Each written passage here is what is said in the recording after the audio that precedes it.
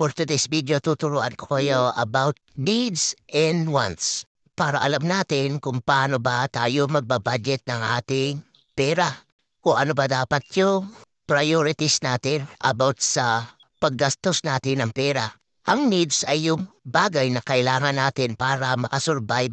So ano ba yung mga halimbawa nito? Tubig, pagkain, clothes at saka shelter. Sa wants naman, ito yung mga bagay na kahit na hindi natin bilhin is makakasurvive tayo. Ito yung mga kagustuhan natin na hindi naman talaga kailangan. So ano ba yung halimbawa nito? Yung mga gadgets, mga bagong sapatos, yung mga luxury item tulad ng mga bag, pamamasyal at panonood ng sine.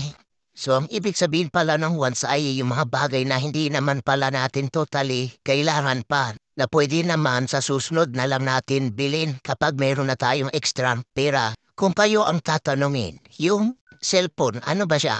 Needs or wants? Lalo na ngayon na ginagamit siya ng mga bata sa module, pagre-research, online class. Saan kaya siya pumapatak ngayon? Sa needs or wants? Sa panghalimbawa, motor. Lalo na ngayon traffic. Halimbawa, papasok ka sa trabaho. Saan kaya siya pwedeng ilagay? Needs or wants na? So, paki-comment na lang sa baba ang inyong sagot. So, kung nagustuhan nyo ang ganitong mga content, paki-like, share, subscribe na lang ang ating video. Thank you.